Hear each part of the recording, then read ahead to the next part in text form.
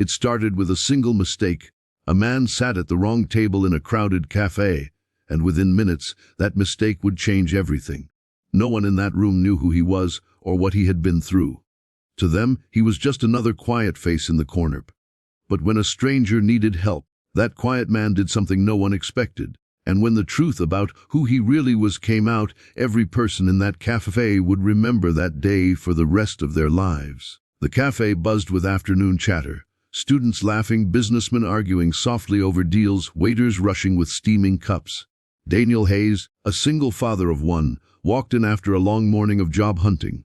His worn-out jacket and tired eyes told a story few cared to hear. He was a construction engineer once, proud, respected, good at what he did, until a sudden accident left him without work and with a 6-year-old daughter to raise alone. He just wanted a quiet corner to rest his mind. But fate, it seemed, had other plans.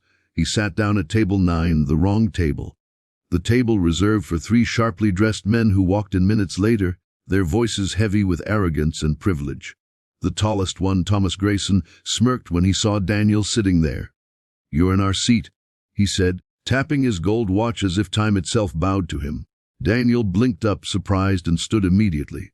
"Sorry, I didn't know," he said quietly, moving aside. But before he could walk away, a young woman nearby accidentally spilled her coffee. The hot liquid splashed across the table, narrowly missing Grayson's suit.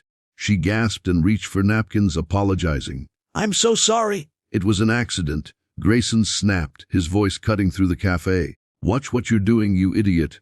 The woman froze, tears already pooling in her eyes. The whole café went silent. Everyone saw, but no one spoke. No one except Daniel. He stepped forward. His voice was calm, but firm. "That's enough." She said she's sorry. Grayson turned slowly, eyes narrowing. "Who do you think you are?" Daniel didn't flinch. "Just someone who doesn't like bullies." Laughter rippled through Grayson's table. "You're defending her. You have no idea who you're talking to." "Doesn't matter," Daniel said. "Respect doesn't have a price tag." The girl, her name was Emily, looked at Daniel with disbelief. No one had ever stood up for her like that before, especially not to powerful men like them. But Daniel didn't do it for recognition. He simply couldn't stand seeing someone small being crushed for a mistake. The cafe manager rushed over, apologizing to the men, offering free coffee, even trying to escort Daniel out. But Daniel stayed calm, simply paying for his own coffee and saying softly, "You don't have to serve me again. I was leaving anyway." He walked out quietly, unaware that Emily was following him. Outside, she caught up. "Hey," she said, voice trembling, "thank you for what you did back there." He smiled faintly. "You don't have to thank me. Anyone would have done the same." But she shook her head. "No, not anyone." That moment should have ended there. A simple act of kindness and goodbye. But destiny had its own timing, and Daniel's life was about to collide with something much bigger than himself. 2 days later, a black car pulled up outside the small rental Daniel shared with his daughter Lily. When he opened the door, Emily stood there. No longer dressed casually, but elegantly, with quiet confidence. Behind her stood 2 men in suits. "Mr. Hayes," she said softly, "I think you sat at the wrong table that day, but maybe for the right reason." Daniel frowned. "What do you mean? I never got to introduce myself properly," she said, extending her hand. "Emily Grayson. Thomas Grayson is my father." Daniel froze. The same man he'd stood up to. The same man who'd called the police on people just to make a point. Emily's voice was calm, but heavy with emotion. "I saw what you did, and I've been thinking about it ever since. My father, he's powerful, but he's not kind. You didn't just defend me that day. You reminded me what decency looks like." Daniel shook his head. "You don't owe me anything." "I know," she said. "But maybe I can change what I owe the world." From that day, Emily started visiting Daniel and Lily often. She played with the little girl, brought groceries sometimes, and shared stories about her late mother, the only kind person she'd ever known in her house full of wealth.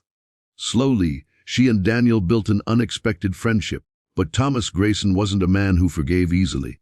One night, when Daniel returned home, he found his front door broken. A man in a black suit waited inside. "My employer doesn't like being embarrassed," the man said coldly. "You should have stayed in your place." Before Daniel could speak, Another car pulled up outside Emily's. She rushed in, her voice fierce. "Stop! You touch him! And I'll expose everything my father's been hiding." The men froze. The look in her eyes, defiant, fearless, was enough to send them retreating. When they were gone, Daniel stood there in silence. "You shouldn't have come," he said softly. "I couldn't stay away," she replied. "You stood up for me. Now it's my turn." For the first time in years, Daniel felt something he hadn't dared to trust. Weeks passed. Emily helped Daniel get his old credentials back, calling in favors from her mother's old connections. Slowly he rebuilt his life, projects, clients, and finally stability for his daughter. But the real change wasn't in his career. It was in how he began to see himself again. Months later, the cafe that had started it all reopened after renovations. Daniel was invited to cut the ribbon as a local hero. He stood there, holding his daughter's hand, smiling as the crowd clapped. Then a quiet voice from the side said, "You sat at the wrong table that day."